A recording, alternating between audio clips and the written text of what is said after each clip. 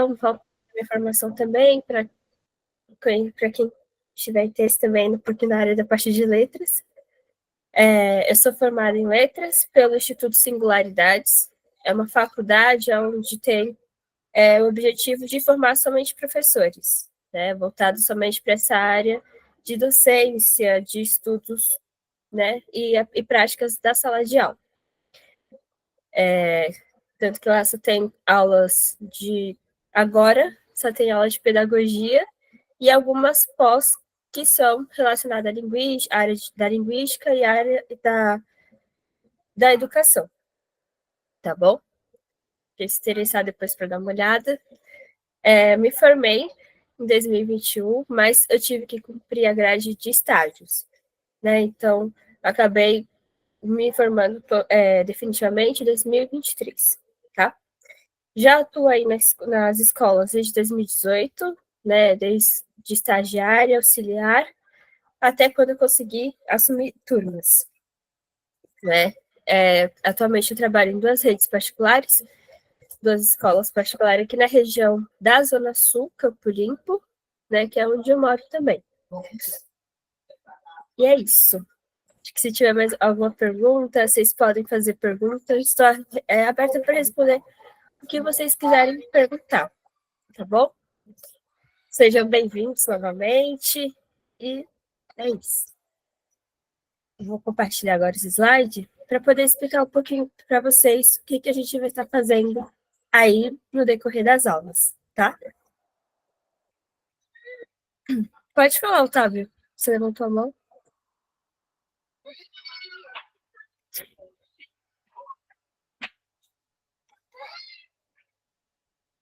Se quiser falar... Ah, tá. Deixa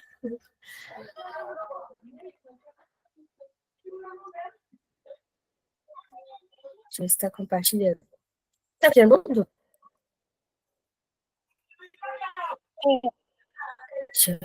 Sim.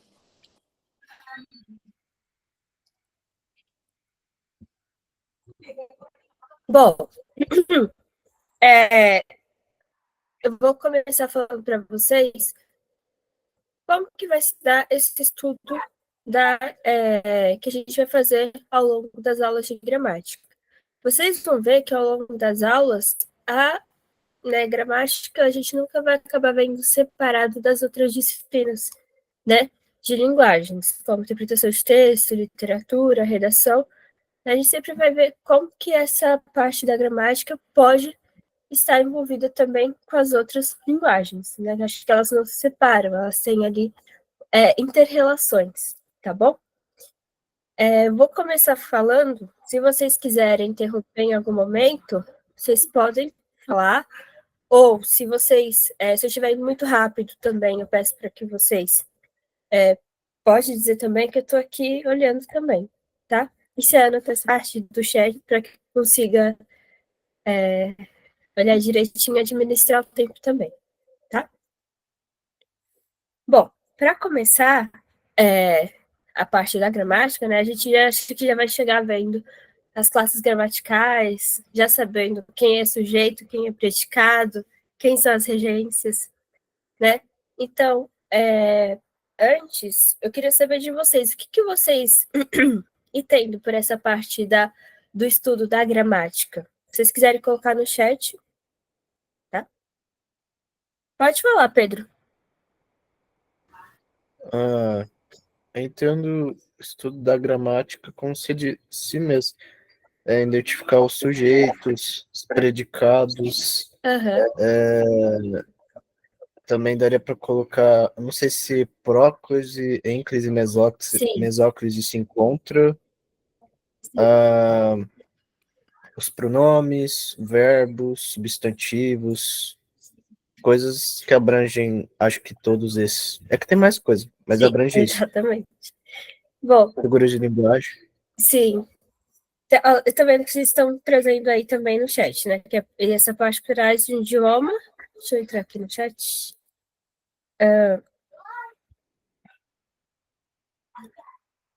Esqueci tudo que aprendi na escola. Essa parte tá por trás, acaba estando por trás de todos os idiomas, né? mas a Sabrina colocou que a formação estrutural das palavras, sem analisar o contexto ou uso delas, apenas regras e normas de uso. Sim. Aí, na parte da sintaxe, a gente vai ver como que elas ficam no contexto, tá? Pedro, acho que a estrutura de texto, a situação, exatamente. Hoje a gente vai falar basicamente um pouco de como que funciona essa formação e estrutura. Como que se dá esse processo? As vírgulas, as benditas vírgulas também. Então, dentro da gramática, a gente tem um vasto campo aí, tá? Antes de compartilhar esse slide, vou colocar um que dá para vocês verem, posso dizer para vocês, onde a gente possa enxergar visual melhor, tá? Por exemplo, na parte da gramática, a gente estuda em 3 áreas, né? Como vocês disseram. A gente vai ver a parte da área da semântica, a área do discurso e a área da gramática e como que ela se subdivide, falando da questão da estrutura, tá? Dentro da semântica, ela já vai ter um objetivo de explicar o sentido daquela mensagem. Mas de que maneira? Né? Através do estudo do significado e da interpretação, dos significados das palavras, né? Que significado aquela palavra tem dentro daquele texto, né? Que aí a gente já vai para a área do discurso, que aí a gente vai analisar esse texto na situação em que ele é produzido, né? E quais são as suas intenções dentro do contexto, né? E aí, o que é esse contexto que a gente está falando dentro da gramática? É o estudo de circunstâncias que rodeiam um determinado acontecimento. Por exemplo, fogo. A gente não vai falar esse fogo do nada. A gente precisa de um contexto para poder trazer essa palavra, essa expressão, né, dentro do texto e dentro do que a gente precisa estar entendendo no momento, compreendendo. Já na parte da gramática, que é o que a gente vai ver hoje, que é essa parte aqui, a gente vai ver que ela se subdivide em 3 áreas. Lógico que a gente não vai ver tudo de uma vez só, né? A gente vai ver através de... vai seguir um processo. Primeiramente, a gente vai ver a morfologia, que é o estudo da menor unidade da palavra, tá?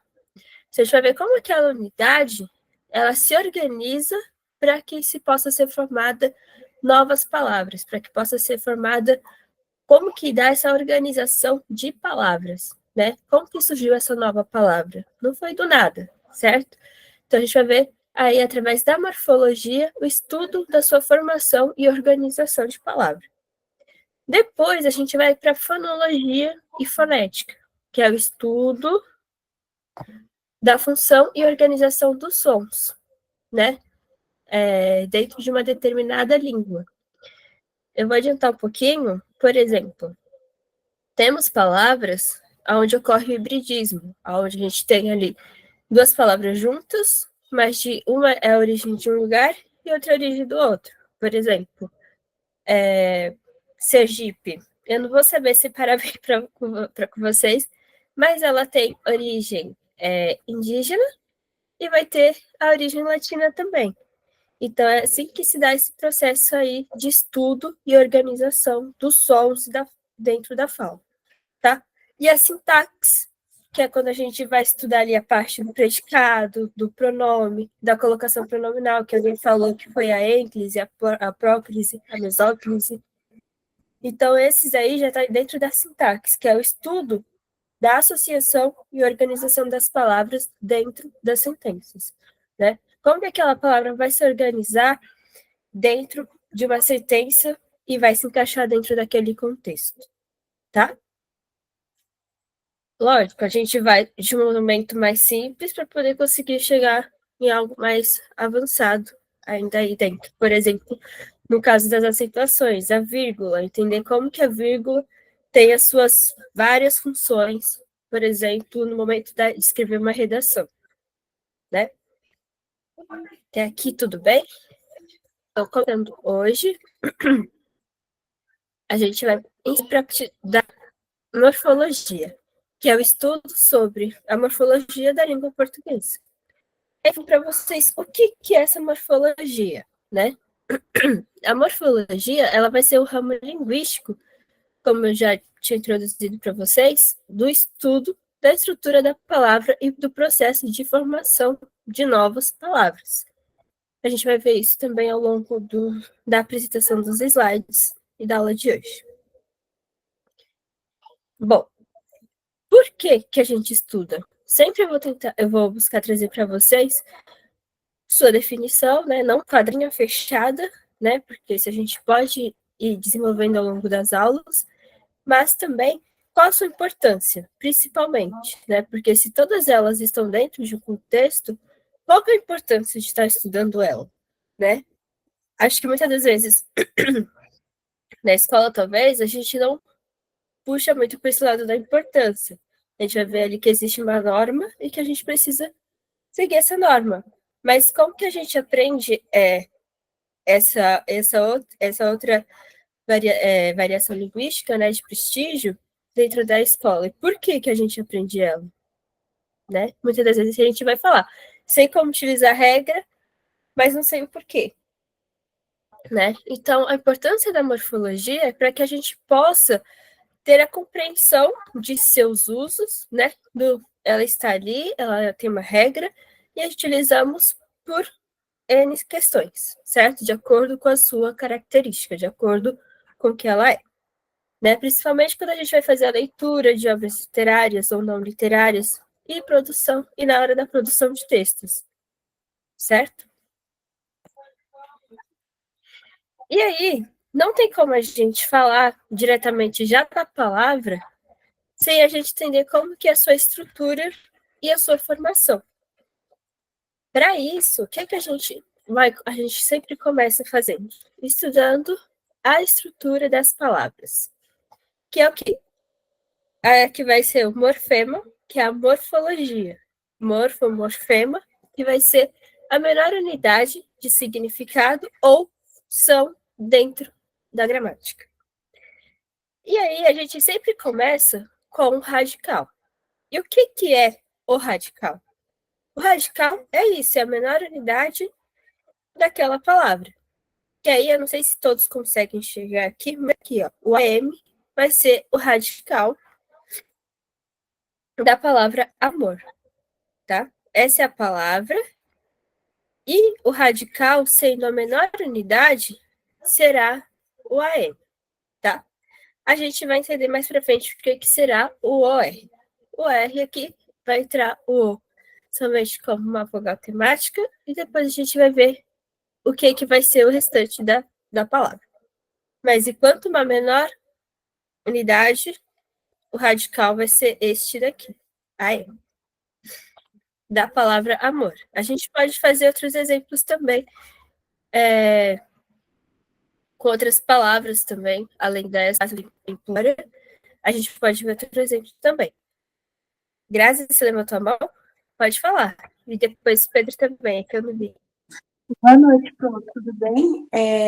O radical precisa ser as primeiras palavras ou não é Não é necessário? necessário, porque o AM é o radical, Maria Eduarda. Vamos lá, deixa eu responder a Grazi, depois eu te respondo, depois passo para o Pedro.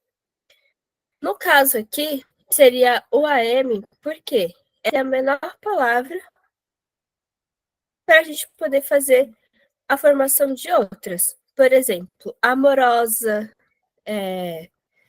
amorosa.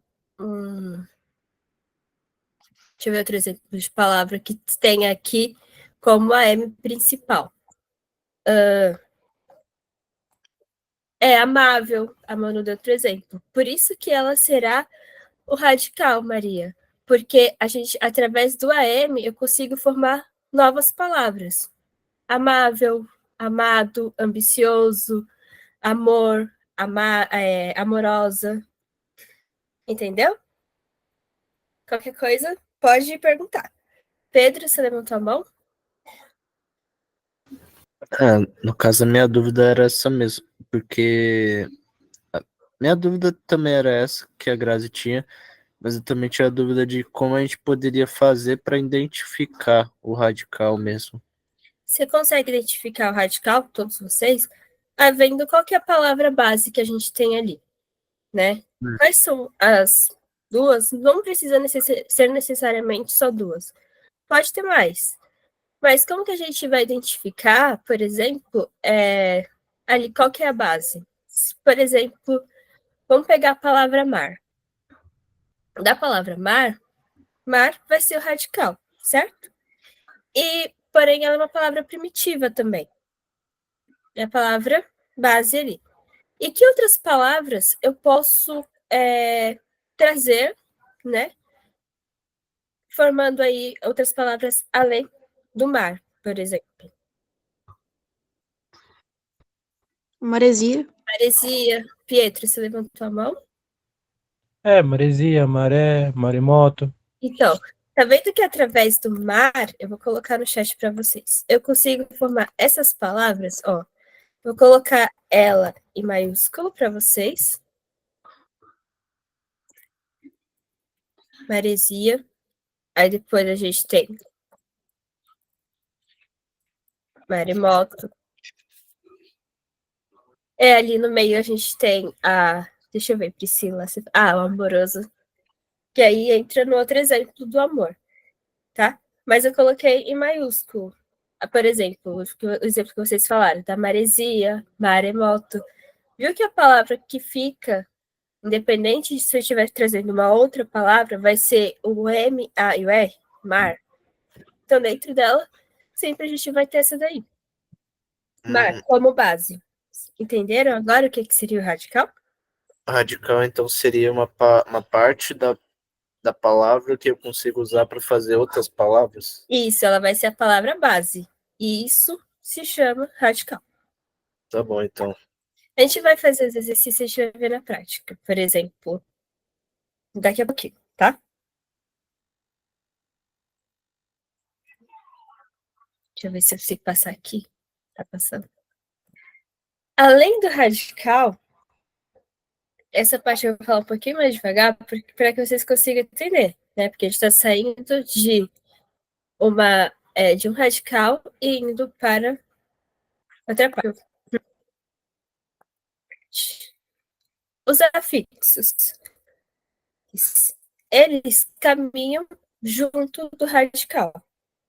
Por exemplo, se a gente tinha lá, no exemplo do radical, a palavra amor, certo? Aqui, amor, amor. A gente pode formar outras palavras, né? Como vocês formaram aí, né? Muito bem. Que foi o ambicioso, amável, amado, amada. Dentro deles, a gente tem os prefixos e os sufixos. E o que é cada um, né? O prefixo, ele sempre vai vir antes da palavra do radical, tá? Se eu tenho, por exemplo, ali utilizando o mesmo exemplo do radical, amor, o prefixo dele vai ser des, né? Que traz essa ideia de negação, de que não existe amor, certo? Então, o desamor traz uma nova palavra, como a gente fala, desamor, né? Então, se a gente traz o prefixo des, a gente acabou formando aí uma nova palavra, tá? Através desse prefixo. Agora, se a gente já tem uma nova palavra que é amoroso, a gente já vai ter um sufixo. Por que o sufixo? Ele está vindo depois do radical. Temos o radical aqui, amor, teremos amoroso. Para clarear um pouquinho mais, se estiver falhando muito, gente, o áudio, podem falar. É que eu não estava vendo o chat. Mas quem levantou a mão pode falar, Pedro. Pro, como é que eu sei exatamente qual é o prefixo e o sufixo? Eu tenho essa dúvida. Prefixo. Pré, sabe? Eu vou falar só o pré. O pré, ele sempre é algo que vem antes, ok? Tudo que vai vir antes. Conseguiu entender mais ou menos essa parte do prefixo?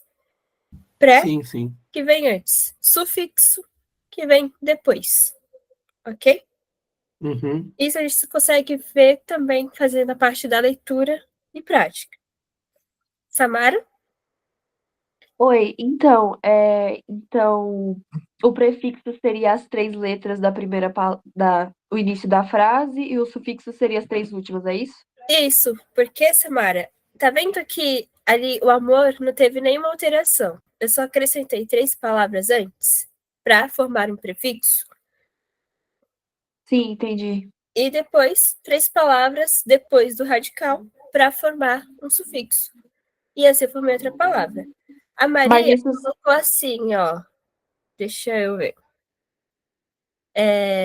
Eu vou tentar entender. Você colocou mar, seria um prefixo. Que aí seria o martra, você está dizendo? Eu não entendi. Sabrina, não necessariamente precisa ser 3 letras. Vai de acordo com a palavra que você está querendo formar, tá? Com base no radical. Pode falar, Xlene. Então, eu tenho a dúvida assim. Geralmente isso como cai na prova? Como que cai isso na prova? A gente vai ver isso também. Eu peguei algumas questões para a gente ver como que cai na prova, tá? A gente vai ver isso, vai ver como faz. Ok? A Ana Clara colocou assim: descomplica é um exemplo. Sim. O que que vai ser aí vamos ver primeiro? Qual que vai ser o radical da palavra descomplica, gente? Complica? Complica vai ser o radical, certo? O des vai ser quem? Vai ser o prefixo ou o sufixo? O prefixo. O prefixo, porque ele está antes do radical, certo? Des, tá? Ô, Sendo Bruno, tem assim, uma lista de prefixos e sufixos? tem. Ou Eu tem? posso Ah, compartilhar beleza. com vocês também. E ali dentro também tem as suas origens, né? As palavras que elas têm hibridismos, que são palavras que têm origens de 2 lugares diferentes, mas elas estão juntas, tá? Eu vou compartilhar com vocês a lista junto com os slides, tá bom? Para ficar mais fácil também para vocês conseguirem entender como que é esse ideia de radical, prefixo e sufixo, tá? Deixa eu ver aqui as outras perguntas, aí já chego na sua. Michael,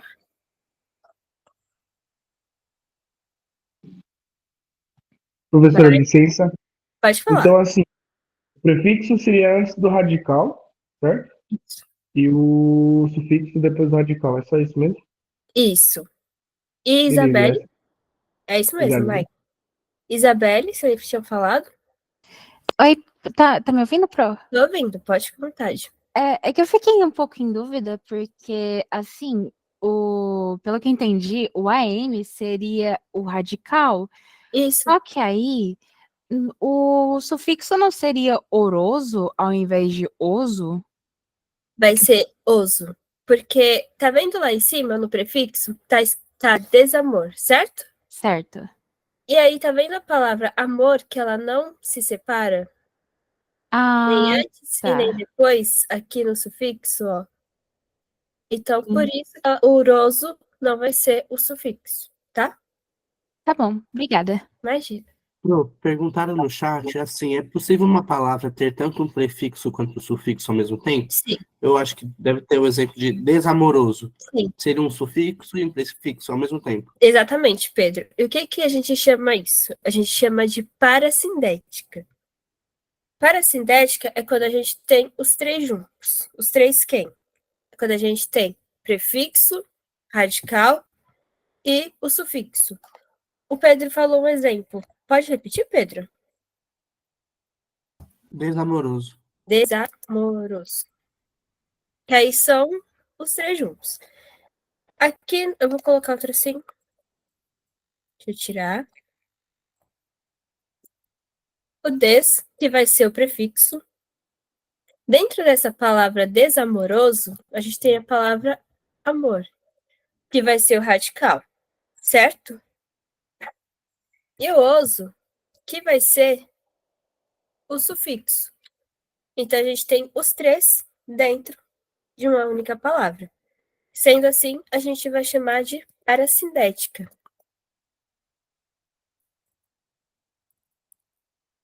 Deixa eu colocar aqui o acento. Aí não dá, né? Carlos deu outro exemplo, gente. Preconceituoso. Todas as palavras possuem radical, Larissa. A gente sempre vai encontrar elas ali com o seu radical, que é a sua palavra base, tá? Para a gente conseguir formar outras palavras. Gu, eu já respondo a sua pergunta. Aí eu vou primeiro responder a da...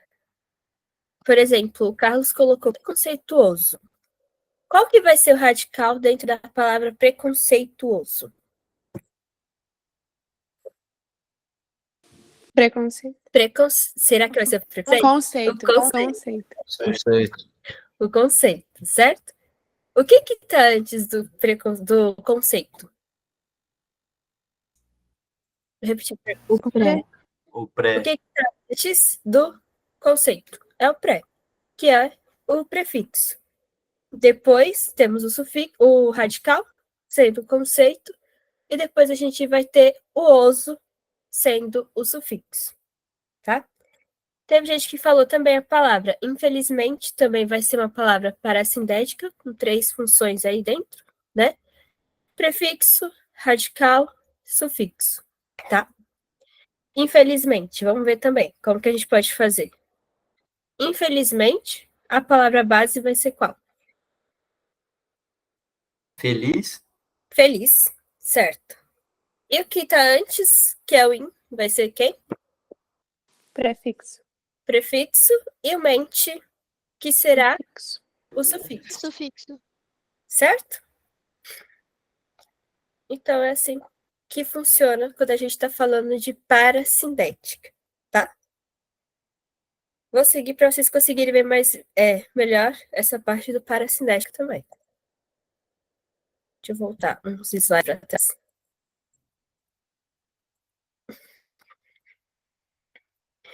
Ainda, dentro dessa parte de analisar a palavra em si, né, vendo quem é radical, quem é sufixo, quem é prefixo, a gente tem a desinência.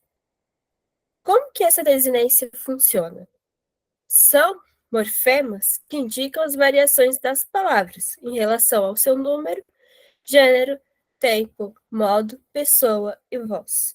Não sei se vocês já ouviram falar, por exemplo, quando fala, essa classe gramatical ela é variável, ou essa classe gramatical ela é invariável, tá? Quando a gente tem esse caso, por exemplo, quando elas vão ser variáveis, por quê? Elas têm ali a sua desinência. Através do quê? Do número, certo? Que será singular ou plural, gênero, feminino ou masculino, tempo, que vai ser o presente, passado ou futuro, seus modos verbais, tá? A pessoa, que vai ser, por exemplo, primeira pessoa, quem? Primeira pessoa, eu. Segunda pessoa, tu. Ou vós, ou você, ou vocês, ele ou eles, tá? E temos as vozes ainda. Quem são essas vozes? Temos a voz ativa e a voz passiva. Como que funciona uma dentro da outra? Né? A voz ativa é aquele sujeito que está realizando uma ação. E a voz passiva é aquele que sofreu uma determinada ação. Mas a gente vai ver tudo isso por etapas, tá? Só estou introduzindo para vocês. Temos 2 tipos de desinência, nominal e verbal. A nominal, ela indica gênero e número. Como assim? Feminino, masculino, número, através de singular e plural, tá? Que eu coloquei em quais classes gramaticais elas serão variáveis. Dentro dos substantivos e adjetivos. Não sei o que é os dois ainda. Calma, a gente vai ver um de cada vez. A gente vai retomar, vai revisar, tá? A desinência verbal é quando a gente está falando dos tempos verbais, certo? Por exemplo, a gente tem o tempo do presente, do passado e do futuro. Seus modos verbais, né? Temos também dentro o número e a pessoa. relacionado à classe gramatical verbos. E como que a gente consegue visualizar essa desinência? Da seguinte maneira, se a gente estiver falando ali de substantivo e adjetivo, né, como a gente viu no slide anterior, será do seguinte modo. A desinência, ema, será o O. Por que que vai ser o O? Porque a gente está falando de uma desinência de gênero. Então, morfema de gênero. Aí ele vai ser masculino ou feminino, seguindo da seguinte maneira. Menino ou menina. Tá? E aí a desinência vai ser o que está em vermelho. Nesse caso, o A, que está sendo... o A, que está em vermelho também. Em número, como que funciona? Aqui eu coloquei menino no singular, que a gente está falando apenas de uma pessoa. E meninos, que está sendo o S no plural, tá? Mas, lógico, isso pode variar de acordo com o gênero e o número, tá, gente? Desinência verbal. Eu coloquei até 2Z ali. Depois que... Como que a gente faz análise de uma desinência verbal? A desinência verbal, a gente vai olhar da mesma maneira. O Kant aqui é o radical, ok? Porque daqui eu posso trazer cantor, canto, cantava, cantarolava, tá? Outras palavras. Por isso que eu deixei em preto. Em vermelho, eu deixei a parte que vai ser a desinência, tá? Por que que ela vai ser a desinência e verbal? Porque aqui ela traz um tempo e um modo. Como assim? Cantava. Se eu coloco, por exemplo, eu cantava, eu estou dizendo que eu cantava lá no passado, certo? E aí eu coloquei pretérito perfeito, mas considere, por enquanto, desconsidere essa nomenclatura e considere só como passado, tá? A gente vai ver essas nomenclaturas também. Mas aí eu deixei sendo o pretérito imperfeito, que é eu cantava, é uma ação onde eu não canto mais, tá? E por isso que eu vou utilizar essa desinência, ok? E o indicativo, que está indicando a ação daquela que eu fazia lá no passado. Se ela é uma desinência verbal em tempo e modo, certo? Também ela será em número e pessoa. Quando eu falo eu cantava, eu já estou trazendo a pessoa, que é quem? Eu. Primeira pessoa do singular. Estou falando de mim. E o número, que é singular. Ok? Isso que está a desinência. Ela pode ir desde uma, como eu já tinha introduzido lá para vocês, ela vai desde a menor unidade até o surgimento de novas palavras, e assim vai ter novas unidades, mais unidades. Tá? Antes da gente ir para o próximo, alguma coisa que eu possa retomar para vocês? Isso, Maria. A desinência, ela vai ser aquilo que vai facilitar para você na hora de conjugar um verbo, por exemplo. Porque a gente vai utilizar elas bastante na hora de conjugação de verbo.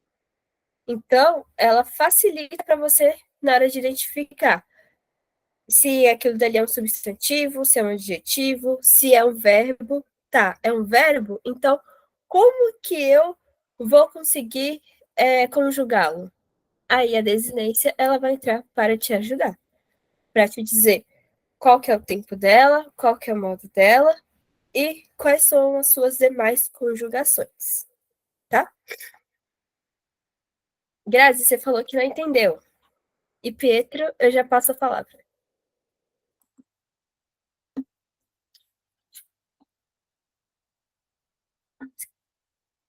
Pode falar, Grazi.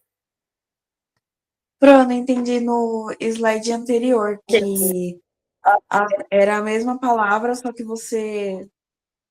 mudou. Qual? Esse? Calma, esse daqui? Isso. Tá. Você falou que a palavra mudou. Não entendi sua dúvida, eu acho. Não a palavra, mas o tipo número e pessoa e tempo e modo. Ah, sim. Aqui a forma que a gente como eu tinha falado para vocês quase agora. É como a gente vai analisar essa desinência. A gente vai analisar essa desinência através do tempo e do modo, certo? Se você, sei lá, a Grazi tem um exercício onde ela precisa identificar o tempo e o modo daquele verbo, certo? O que você vai identificar? Através da desinência, certo? Você identificou o tempo sendo pretérito imperfeito, que é uma ação que você realizava lá atrás e não realiza mais, e sendo o modo indicativo, tá? Agora, se é uma questão onde pede para você analisar número e pessoa, o que você vai olhar antes? Por exemplo, eu cantava. O eu não está aqui, mas é como se tivesse. Eu cantava. Eu é a pessoa. Cantava, estamos falando apenas de uma pessoa. Isso que está relacionado ao número. Por isso será a primeira pessoa do singular. Então, eu coloquei a mesma palavra e as outras duas características, porque é a forma como ela vai ser variável, em tempo e modo, e número e pessoa. Tá? Certo, Grazi?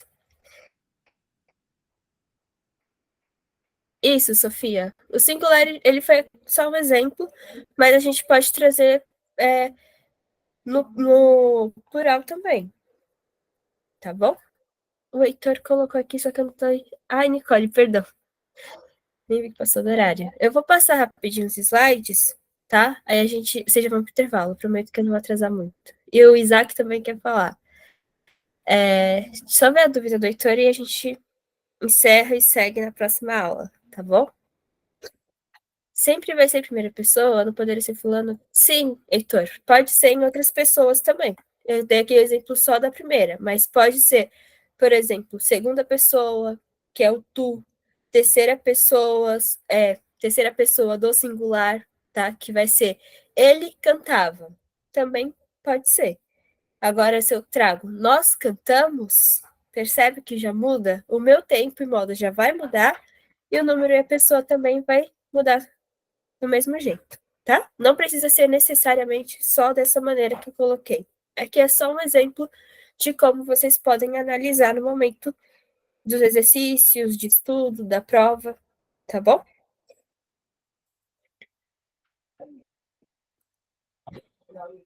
Eu vou deixar essa temática para a próxima aula, tá?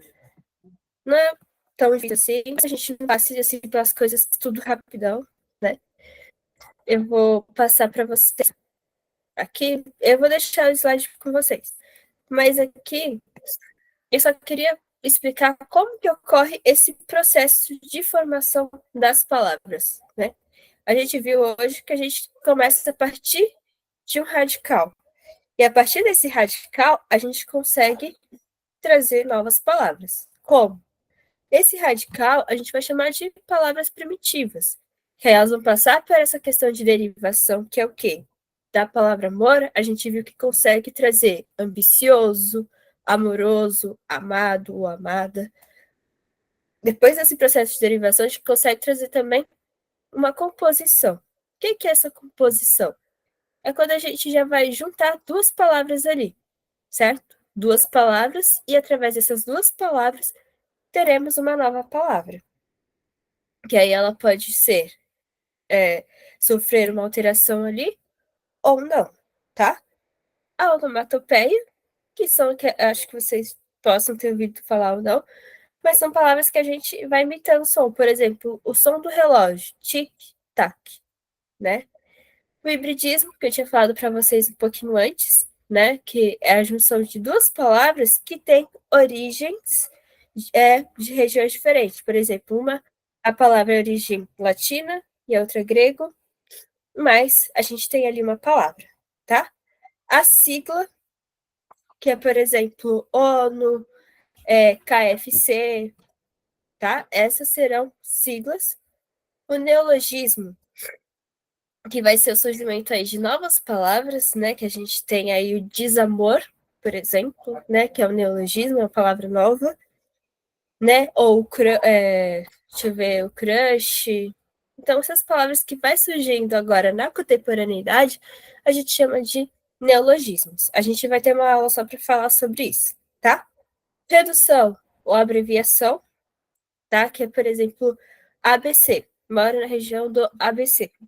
Ali a gente tem uma redução ou abreviação, tá? E o estrangeirismo, que são palavras de outras regiões que a gente utiliza no nosso dia a dia. Por exemplo, TBT, spoiler, geek. Então, essas palavras são do estrangeirismo, tá? E que a gente acaba acrescentando em nosso vocabulário. Tá bom? Esse processo, a gente vai passar por ele. Hoje a gente só iniciou isso da derivação. Mas na próxima aula a gente segue com a composição e assim por diante, ok?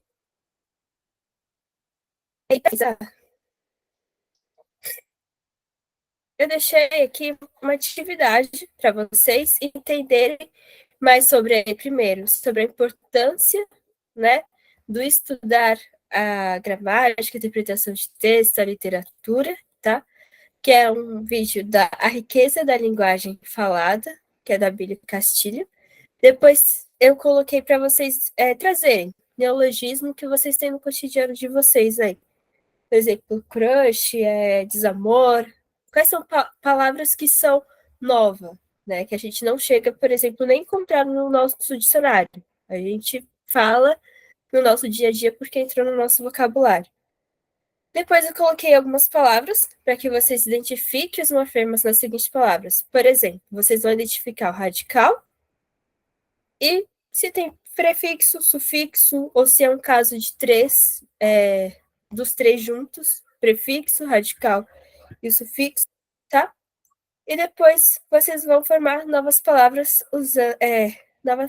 utilizando essa questão da derivação somente, que foi o que a gente viu até aqui. O que a gente vai ver posteriormente, a gente faz isso na próxima aula. Ou, exercício 6, a gente pode fazer juntos também, tá? Peço que vocês façam no caderno, tá bom? E sobre o vídeo, é legal a gente também fazer uma conversa sobre ele. Não ia dar pra gente assistir tudo, porque ele é um pouquinho longo, é 8 minutos. Mas ele é muito rico, então não tem como a gente passar por ele muito rápido, tá? E aqui, esse exercício que a gente ia fazer, tá? E eu deixei também algumas indicações de como a gente encontra aí todos esses termos na prática, né? Como teve uma aluna que trouxe. Como que a gente vê isso, né, nas questões? Mas aí, como a gente vê também isso nas obras? Eu trouxe aí uma obra do Marcos Banho, que é o Preconceito Linguístico, né? Obras literárias também, como Grande Sertão Veredas, do João Guimarães Rosa. Tinha mais. Trouxe também filmes que a gente pode ver essa variedade linguística aí, tá bom? Por enquanto é só. Eu deixei aqui embaixo, logo abaixo, meus contatos.